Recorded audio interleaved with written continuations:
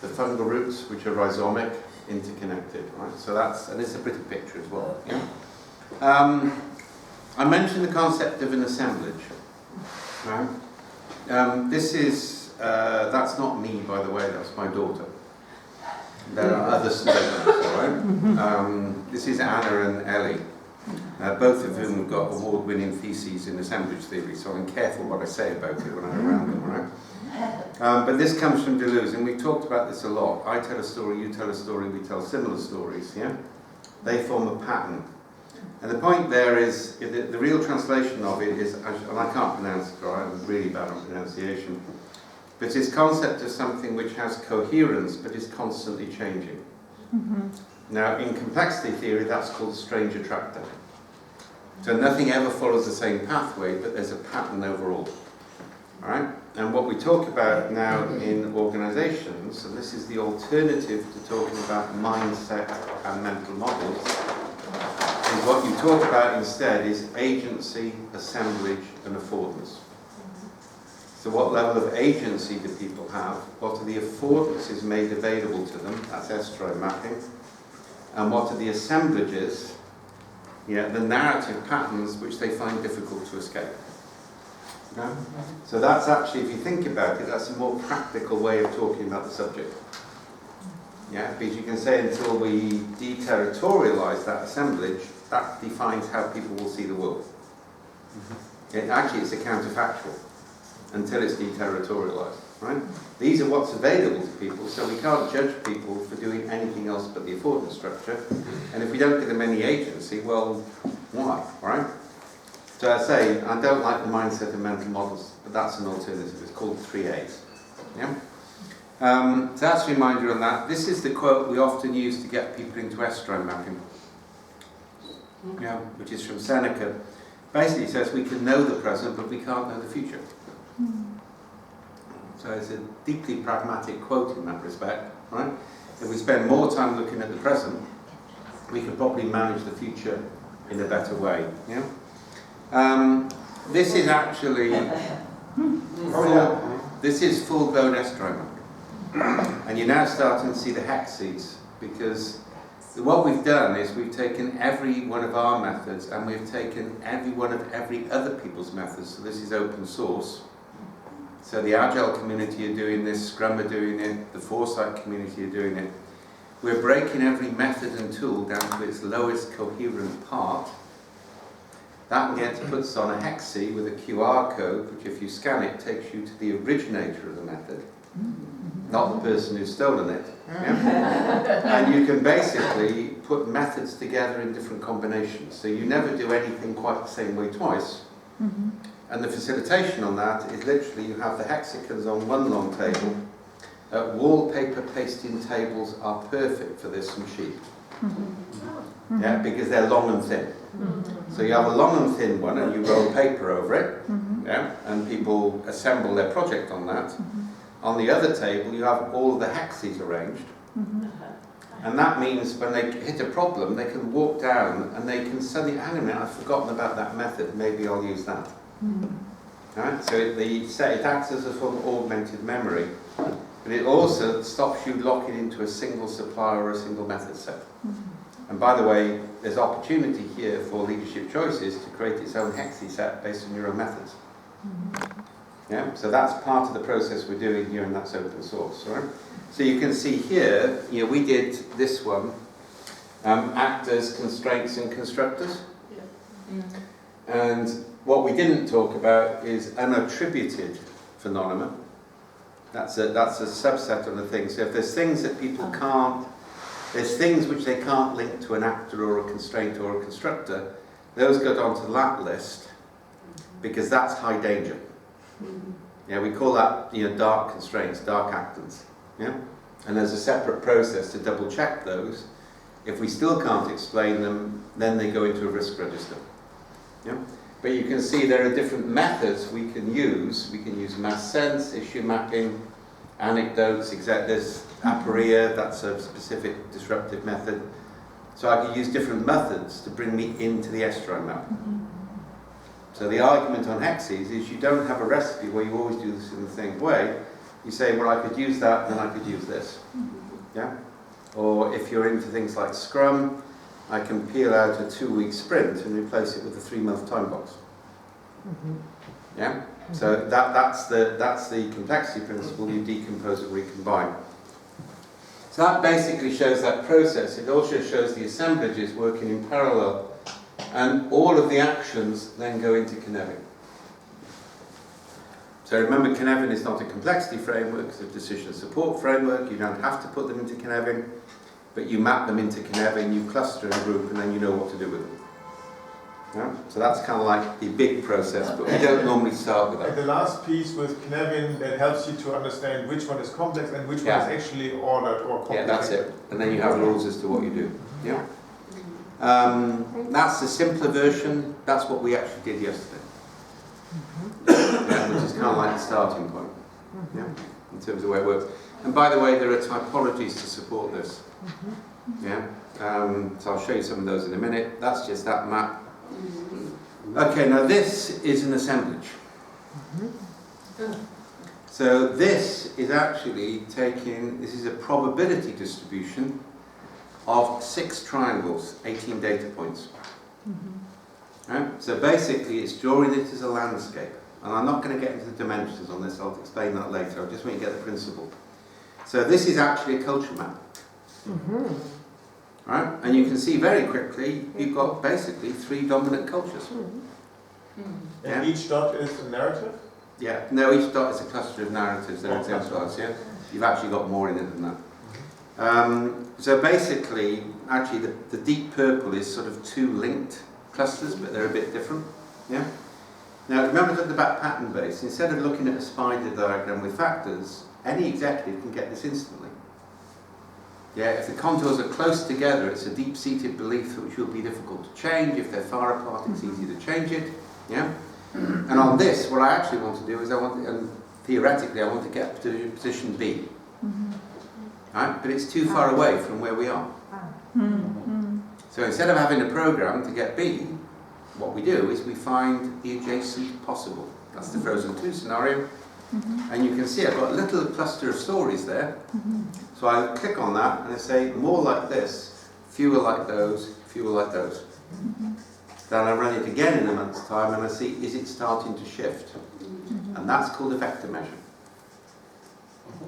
I measure direction and speed of travel for resource utilization, and that gives me a KPI, which is open to change. Is A1 deducted by a statistical method? Yeah. So basically, 1,000 people have told stories, they've indexed the stories. This is a true fitness landscape, so this actually represents the probability of stories being indexed the same way over 18 factors. Yeah? Fully understood. I mean, just the circle, the A1, only contains 3 data. Oh, that was just me drawing it for an illustration in the book. You can make it wider than that. Yeah? I had to get an illustration out for an article, so this is the illustration, right? Because there are other areas with more data points. There are, but I would go to the centre and I'd say I need less of these. Yeah, and then go to where the arrows are pointing, more of these. Yeah? Now I'll show you another version of that in a minute, but this is an assemblage. So I've got the S-try map, which is the affordances available. I've got the narrative map, which shows the assemblage structures. So if I'm working with a company, this is what I start with. Yeah, because that says this is the way people are going to see the world, this is the things that they think they can do. Let's start with that. Yeah, so agency, affordance, assemblage. Yeah, they all come together. And again, I'm not going to show you how we create it, I'm showing you output, because that's where the market is at the moment. And having a real problem with my staff, they want to demonstrate signifier design and capture. And the client gets bored instantly. What an executive wants is something like this. Yeah, they don't mind how you do it, but this is actually powerful. Yeah? So that's that. I didn't get it. Frozen 2. What is the Frozen 2? Frozen 2 is a Disney movie. Okay. Thank you. And it's a metaphor for... All I can do is do the next right thing. Thank you. Great complexity movie. Yeah? Okay. So this is the EU field guide. Which we can send around Yeah. and you can download it for free. Yeah. Well, because you're in the European Union, you can get a physical copy sent with no postage charge. If your next door neighbours are the English, then you have to pay postage, right? There's an old joke, if you didn't know it, which is, you know, God gave Wales mountains, water, wonderful territory, brilliant people, it's a land of song. And people said that's unfair, and he said you don't know what I'm doing for their neighbours, right? Exists as a dictionary. There's a Scottish version. The one thing which happened, I left some Scottish fans in the stadium, and both of us said to each other, okay, you won, jest, but you've got to beat the English. Yeah. That's the only thing which matters, all right? Okay, so there are I've gone through these, I'll just mention this, but you can have the thing. The EU guide says you need to build organisations which can handle unknown unknowables. Yeah? You can't build organisations based on what you think will happen. You've got to build an organisation with high resilience, and actually the unknown knowns are part of that solution. Yeah? But the unknown unknowables is key. And I blogged this recently if you want to check. Years ago I created a matrix which went known, unknown, unknowable against known, unknown, unimaginable. I made the mistake of presenting it in the Pentagon and then couldn't use it again for about 3 years, all right? Yeah, that was Rumsfeld. Right? It was actually a bright guy, but... Is this the closest thing to a book that you published? Okay. No, there are 2 books. There's a book of people's personal memories of Cynefin. The main book is coming out and the field guides are going to come out first. And there's a book on Amazon that's by Riva Greenberg. Is that any good? It's called Cynefin, Weaving Sensemaking into the Fabric of Our World. Oh, no, that's the memories. That was a birthday book. So that's got the origins of Cynefin. It's got cases in it. Yeah. Yeah, already published. Yeah, that's already published. All right. So it's not the Cynefin book, but it's got lots of stuff about Cynefin in it. Recommendable? And authorized by you? Well, I wrote the introduction. That's a half answer. A vague answer. That was a very British statement. Okay, read the forward. Anne You'll get the rest. wrote a chapter, right? Into that. So we can do it for Anne. Yeah. Yeah. So it's worth getting, all right? You can get a signed copy as well if you pay it. So there are 5 things, but the EU Field Guide actually has everything in it, except for S-Strom mapping, which is a development. Right? So if you look at that, it basically says there are 5 things you could use, and we've talked about these. One is build human sensor networks. Get all your employees into continuous capture so you can use them as a sensor network when something goes wrong. Remember I talked about our desire to use every 16-year-old in every school in the world? That's building a sensor network for states. You can't afford for linear research anymore, you need non-linear, and it needs to be interactive. Yeah? So that's number 1. Build informal networks, we've talked a lot about that. Yeah, because informal networks are what people fall back to in a crisis. Because the formal system was designed for things which actually aren't happening anymore. So people fall back to the informal networks because they trust people in informal networks. Yeah? So better than have them, and a good example of this is Singapore actually has brilliant ones because everybody does national service.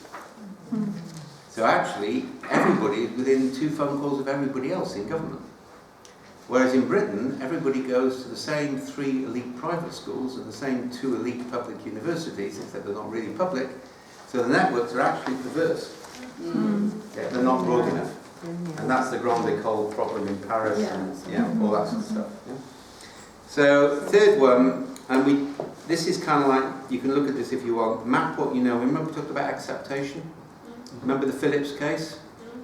You need to map everything you know at that fine-grained level. So when you have a crisis, you can search at a level of abstraction and see what you can assemble to solve a problem. Because you really want to use things you're already good at for the new purpose. Yeah? And that's described. Yeah? Specialised crews, we talked a bit about this, but I'll leave that to read the field book. It says if you have a crisis, you need a continuity crew. You need people who take over the day-to-day operation on day 1, because everybody forgets that. Yeah, you need a disruptive crew who will challenge all ideas. You need a recorder. So all the crews are laid out. We put a lot of work into that.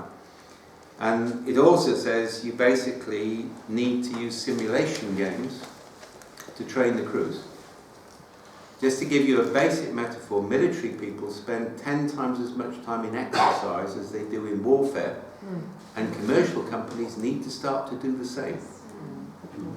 Yeah, we actually have a thing called anthro simulation, which is a method on the wiki, and what it does is it creates a fictional environment, and we run 5 teams in parallel over 3 rounds with human games masters who are feeding them data as they make decisions, which is deliberately disruptive, and whatever they do, they fail, and they fail 3 times. By the end of that, they're scanning 20 times more data than at the start. Yeah, and we're capturing all of the things that they failed at into a narrative database for when a real crisis happens, we can use it. Right? And that's the rehearsal. And that's actually a really good way of discovery. Yeah? And you can do it. We've done it now once with going back over what happened in COVID, rerunning it in a simulation exercise. The really fun one is when you send in anthropologists to study the company, then you sit down the anthropologists with scientists who work for science fiction writers. If you didn't know it, most good science fiction writers have real scientists who work for them. Yeah, if you ever go to a science fiction convention, which everybody should do once, but probably not more than once, you will find Nobel Prize winning physicists having ferocious arguments about somebody else's high gravity beast. Because the really good books are based on that. So Jack Cohen, when he was alive, I worked with him and Terry Pratchett, we would actually sit down, we'd construct an alien universe which was actually the company's own culture. And then we'd land managers in that universe, and they would come up with completely novel solutions, because we'd be using a fictional environment, not a factual one, so they could explore it. We actually built one for the United States, which is still in use, in which the South win the Civil War. Oh. A lot of fun doing that. Real racism dies out faster, interestingly, because you don't get the carpetbaggers. Right? You don't get the carpetbaggers. Yeah, they were, actually Berlin experienced that after the wall came down. Yeah, the Westies went across and bought up the Eastie stuff for cheap. And that caused a hell of a lot of resentment, still does. That's what happened in the southern United States. Yeah, the last thing you want is a depressed, impoverished, white, male, working class community. That is the foundation of fascism, it always has been. Yeah, so either way, I mean, I activated it 2 years ago, so what we do is we find a current policy situation, we then land executives making decisions into the historical case, which is a counterfactual history, and they explore options they wouldn't explore if we did the facts. So that's something which is in there, and it's a fun thing to do, and it's good consultancy revenue. If you ever want to do it, make sure one of us who's done it before takes you through it the first time. That needs mentoring the first time. Yeah? Partly because you will have to believe that it's going to work. And if you've been through it, you know that. If you haven't been through it, you can panic. Yeah, and it goes wrong. And then finally, we've talked about estro mapping. So basically, those are the 5 things. Yeah? If you do that, you've got a resilient organisation. Yeah? These are the constraint typology. I'm just showing you that so you can see them. Yeah? So we make these available to people. So these are types of constraint to help them brainstorm. Yeah. This is all explored, by the way, in the Cynefin Basecamp. Yeah. What is the latest Alicia book? Which one? Her latest one on constraints. So she wrote Dynamics in Action. Okay, that one. No, that's the first. I think that's the better book, to be honest. Lucy and I have some disagreements about the current book. But the current book is about constraints. Yeah. So, okay. I'll tell you later. Yeah, I think I have the book even. I just want to know whether it's the one. No, it's not Dynamics in Action. Yeah. So this is actually prompt cards for constraints. Yeah. These are examples of actants. Yeah, we're building this at the moment. Yeah. These are examples of constructors. So these are all on PDF cards that facilitators can help people. And basically the rule is if people are coming up with ideas, don't bother with this. If they're not coming with ideas, give them this. Right. Yeah? And you all get that because you're experienced facilitators. And the fascinating thing is the difference between a collage and a mosaic is really interesting. Because in a collage, all the parts have meaning independently. In a mosaic, they don't have meaning until they're put together. That's one of Anna and my favourite ones. Right? Yeah. Action forms, I went through those yesterday. Yeah, that's an S drawing. Sorry. This is actually the uncertainty grid. Yeah, mapped onto Cynefin domains now. Right? And this is another way of getting into it. Right? So again, I blogged on that recently. You can read that. Yeah. And I'm going to give you the slides, so don't panic about taking pictures. All right. Remember I talked about Gaussian and Pareto? Yeah.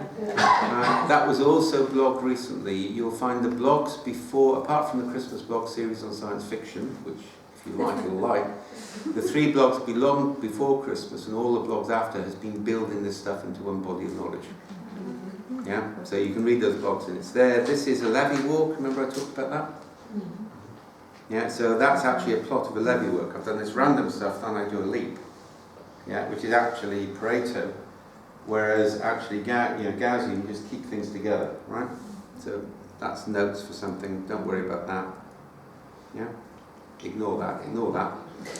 I'm not going to go into this, but there is actually a record on this. Is actually everything put together on one slide, and I'm really pleased about this because it actually everything has come together, which is why I'm now writing the book. Yeah. Yeah. And you've done most of this. So we talked about assemblage and affordance and agency. We talked about actors, constraints and constructors, which are actants. We talked about actants, interactions, monitors and scaffolding. Yeah, constructors become scaffolding. We got affordance topologies, S-drawing mapping. Remember I said Ashton can go into it. So we've actually done all of that. I say the reason I'm quite pleased about it is now it does all hang together with the same language. And that's taken about 20 years. It takes a lot of time for things to come together in a simple form, if you're doing anything substantial. And under that you've got some key phrases: complex system scale by decomposition and recombination. Yeah, not by imitation or repetition. So if anybody's come across SAFE yet? Yes. Yeah, I mean that's wrong a priori. You can't scale by aggregation if it's complex. And it's used a lot of by consultancies. Yeah, and it was designed by Dean based on 3 partial memories of 3 projects, and it was sold off a Ponzi scheme. Yeah, don't take me onto that. Yeah. These are rules for complexity. If you're in a complex situation, so these are general rules we drum into consultants. Yeah, first of all, optimize the granularity. The first thing to change is the granularity. That generally means making things smaller. Yeah, but it's kind of like a Goldilocks solution. If you know the Goldilocks and the 3 bears. Yeah, it's too small and too big is wrong. Yeah, there's kind of like in the middle. Distribute sensing and interpretation. You can't afford to have a limited perspective. You need to find the 17%. And finally, which we haven't talked about, but I'll remind you on, is disintermediate decision making. That's a nice European Union phrase. You remove all interpretive layers between the decision maker and the raw data. Because every interpretive layer filters things out that the decision maker probably needs to take account of. And actually what we did with narrative was based on a national security advisor, John Poindexter, telling me how I need to look. He said, every time I ask for advice, my experts compete to have their advice accepted, not to tell me the truth. Because he said they wanted to be invited back for the next briefing. Yeah, so they don't want to tell me things I don't want to hear. And that's true of all executives. So what we now do with the S-drive, with the narrative stuff, so we did one of these for one of the big drinks manufacturers in the States. Everybody who consumed the drink, 1 in 10, got to tell a story in return for the drink for free. But they sat in a booth in the shop and told a story, indexed it. The marketing director could see their brand changing in real time through those landscapes, and could click on the landscape and hear the actual stories of the consumers. Right? Now, if you're a senior executive, the ability to go directly to the raw stories of your staff without 5 hierarchical levels of interpretation is actually really important. Yeah? So that's disintermediation. Yeah? And things to avoid: premature convergence. a lot of our methods prevent people coming to a conclusion for as long as possible. Yeah, because people like to come to conclusions quickly. That's a bad idea. Telling them they shouldn't doesn't work. Creating processes by which they can't is more successful. Yeah, S-drive mapping is one of those. Pattern entrainment, we fall into patterns. Yeah, they need to be broken. And also the one I mentioned yesterday, retrospective coherence. Remember the dots? Yes. Yeah, that's actually the biggest danger. So that's kind of everything on one slide. That's the landscape again. Dave, I'd just like to say that's really brilliant that you were able to put so much content and complexity into one slide. Yes, I think that's great. Thank you. That's You're able to do taken 20 that. Simplification, fantastic. Yeah. This is the actual output by factory for Boeing. Early project, so it's black and white, not colourful. So you see, each of those patterns is different. All from the same source data. Everybody's in a different place. Everybody has a different adjacent possible. This is called fractal change management. Yeah, fractality, because it's self-similar at all levels, it comes from the same data, but that means you give the manager and say, this is your map.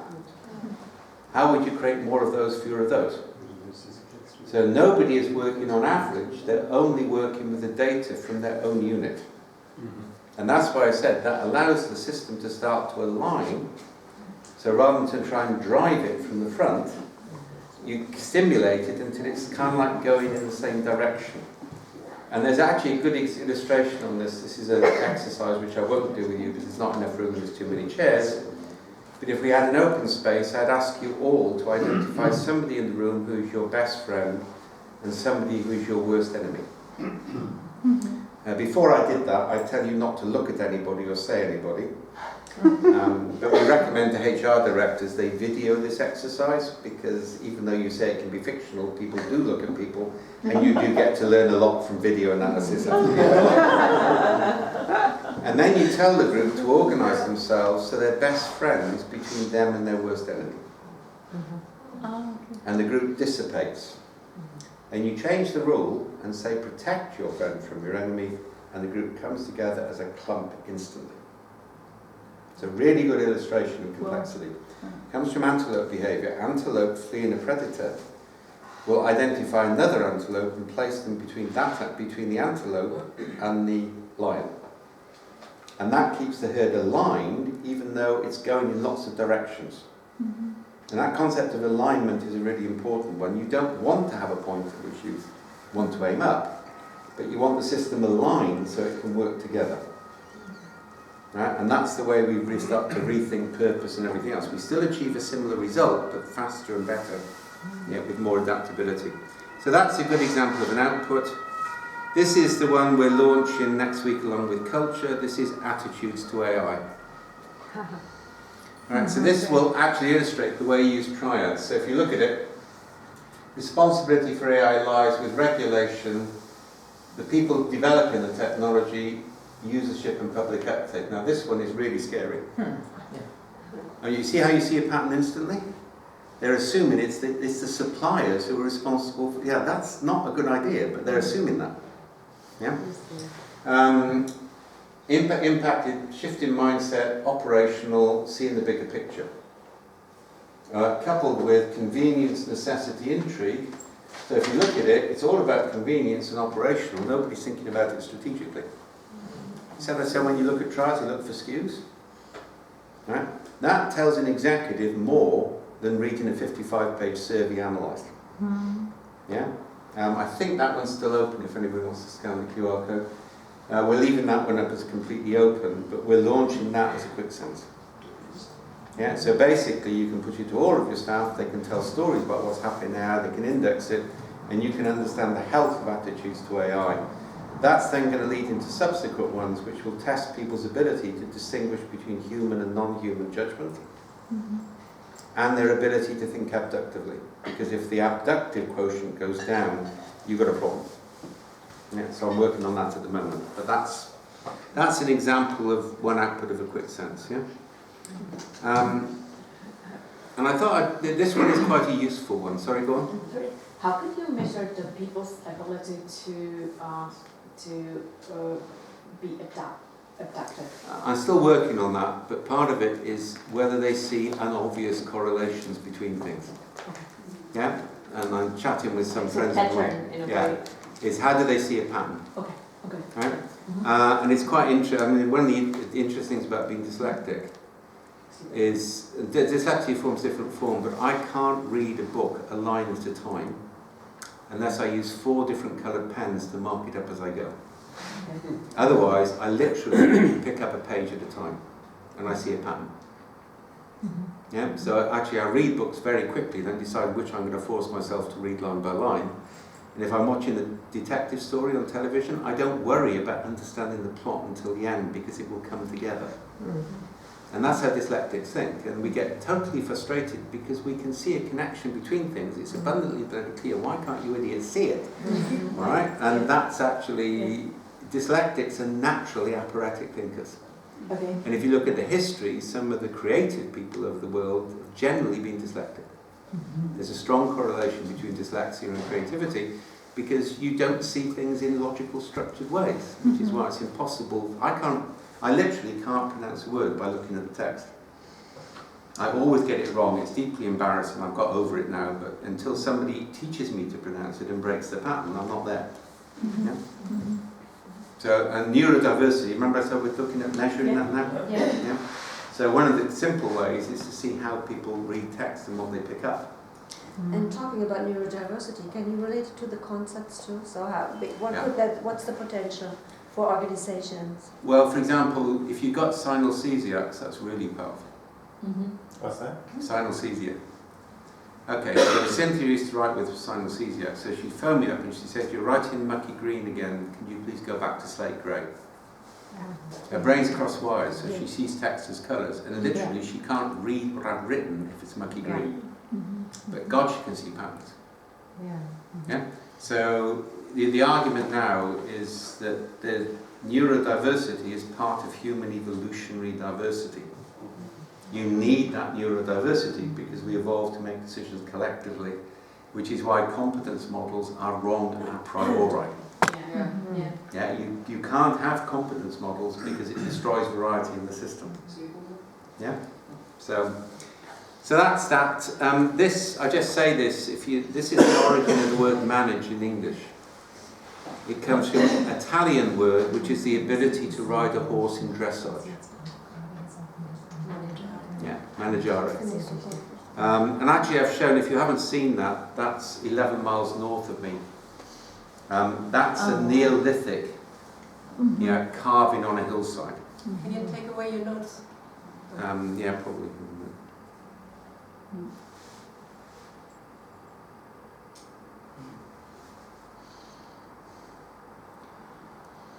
I mean, it is quite magnificent. You can see it, right? And if you look at it, it just captures the essence of a horse. The other interesting thing is there is an annual ritual which goes back to Neolithic times to maintain it. Because it wouldn't be there if it wasn't maintained every year. And so the argument now of monument builders is monuments were built to create social cohesion during the winter. Yeah? And that's actually, if you haven't read the new books on that, the whole idea that we went from agriculture, from hunter-gatherer to agriculture is now being fundamentally challenged. David Graeber. Yeah, Graeber's book. Yeah. Yeah.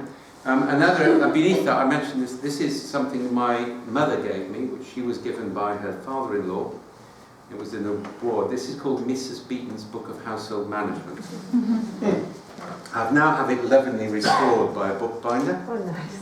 Yeah, it basically is full of recipes. Most of the recipes start with take the yolk of 12 eggs and 2 pints of cream. It's that sort of food, right? But it also has 200 pages on how to manage your servants. Wow. Yeah, it's designed for the aspiring middle-class woman with servants who hasn't been brought up to manage. It's a 19th century book. It's absolutely fascinating, all right? But everything is rules. And that's the French meaning of manage, household management. Yeah, so one of the things we say, is it ménage or is it manage? Yeah, and that's actually quite a good way of getting the point across. So, yeah, the shared slide with you on that. There's probably a German equivalent to that, I would think. No. Yeah. This I often finish with. Yeah, famous quote from T.S. Eliot. Yeah, which you can see in a lot of places. Sorry, that's Fletcher's curves. Yeah, which we did the other day. That's Cynefin. Yeah, you've got different versions on that. So I'll give you that slide set, right? But I want to finish off on this. This will take a few seconds. That's actually, it's interesting, quick sense, if you translate it into Welsh, it actually really translates as sudden sense, which I rather like. Yeah? In fact, I'm half thinking about sudden sense makes a lot of sense, right? I'm sorry for that. That's pronounced Cynefin Ltd. Yeah, Welsh is phonetic. Yeah, we just have different alphabets. Also, unlike Scottish and Irish, which are primitive, we're the remnants of Romano-Britain, so we have Latin root words in Welsh, like Ponte and Fenester. Yeah? The reason they didn't conquer the Scottish and the Irish is they had no minerals or nothing worth conquering. They didn't investigate. There wasn't anything there, whereas we had lead and gold and silver and all that stuff. So this is quick sense. Sorry, I love that picture. All right. Yeah. What we're trying to do with this is make it very easy for people to understand how SenseMaker works by not having them have to design a project, and a quick sense costs less than $1,000 to run once. Right, so you get it. I think we're going to make it available for 3 months for $1,000. Yeah, you get input and you get an absolutely standard report with no variation, including pages of stories. If you want to see the stories linked to the signifiers, you pay some extra and you get trained. But we're making that deliberate. We're going to train you how to use the software. To link the stories with the signifiers, you have to be trained because that's got moral consequences. Yeah? So that's the principle. Yeah. From our point of view, it's non-utilization cash generation, which we want. But the same is true for consultants. It gives you revenue without utilization, and then you sell interpretation on top. It also gives you annuity revenue because they'll run it every 3 months. Right? So all consultancy need non-utilization annuity revenue, so we're trying to make that easy through the network. Lead structure on that is that partners can create their own quick senses. So you can take your fire model and working with us, create a quick sense from that. Yeah, and that's what we're setting up if that's what you want to do. Right? So we're trying to make that easy, and we are going to start benchmarking. So all capture says we will keep the metadata but not the stories. Yeah, so then we can do that. Yeah, so that's kind of like the background. This is the flowchart. All right. Now, sorry, my trouble is I like to have everything on one slide because then I know what it is. All right. Yeah. But to walk through this, all right, what we've got is standard offer fixed price. You can pay more for partial customization. The standard offer generates the reports, and it has, this is the guide. You can see it's got the triangle, and it's got what it means, what you should do. Right? Now we're also producing these. These are the field books, which are coming out shortly. That's the American field book side, if you know that. And I really enjoyed writing these because I have to write to fit a page. Right? So this is picture, notes, key points, text. So they're coming out for Cynefin, culture, strategy. Right? So those are designed not to be read, but to be kept in your pocket and looked at when you're doing work. And so these will be cards that fit into that. Right? So what's going to happen is every trial in our libraries will have a card, so you can put different cards together very quickly. So we're trying to automate that. Once you've done it, this isn't you then have a standard review. We're working this through. We will be training people on how to do this. That includes you guys if you sell it. Yeah. So there's a review which you do with the customer. We'll then train you how to show the customer things that they haven't bought, which they might like. Sorry about that, but we're on this for commercial stuff. Yeah. Which means they can actually get Workbench. Then it's kind of like, is the basic system okay? If it is, right, you run it periodically. Yeah. But you can add into that a trend report to show time over time. You can add what I talked about is present it back to the employees. Yeah, so that's a standard offer. And then intervention workshop, executive report, you can sell those as extra. So our experts will review this and write you a report. So the design is, you're doing it, but we've got those pathways. Again, we're trying to get this modular thing so people say, oh, I can buy that and that may be good enough. Yeah? If you want to do more, then we get into, we design the whole thing for you. We can do STRI mapping on top of that. You now have your own signifiers. Yeah, we can build an action database to go with it. We can give you workbench. Yeah, various types of reporting as it goes through some of the stuff I've talked with you. And gradually we're building those in, right? There's the color coding on this. There's nothing here we can't do, but when it moves to yellow, there's more we need to do on it. Yeah, so we're trying to be honest about that. So those are going to launch, all right? There's 2 coming out on culture, one on general culture, which will use gaping void cartoons. Yeah? And one on agile, which will use comic agile cartoons.